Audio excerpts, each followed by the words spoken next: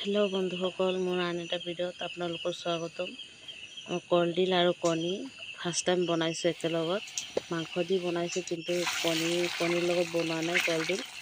তো প্ৰথমত মই কণী আৰু কলডিল একেলগত বইল কৰি লৈছোঁ। লৈ আলু আৰু কণী ভাজি লৈছোঁ। লৈ সেইটো কেৰাহীতেই অলপ তেল দি তেজপাত দি তাৰপিছত পিঁয়াজ দি দিলোঁ। পিঁয়াজটো ৰঙা হৈ যোৱাৰ পিছত মই কলডিলকেইটাও দি দিলোঁ বইল কৰি থোৱা।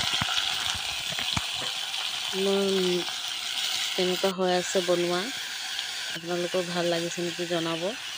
নিমখ আৰু হালধি দিলোঁ, মছলা দি দিছোঁ। মছলাৰ ভিতৰত মই জিৰা, নহৰু, পিঁয়াজ আৰু জলকীয়া একেলগত পিচি লৈছোঁ।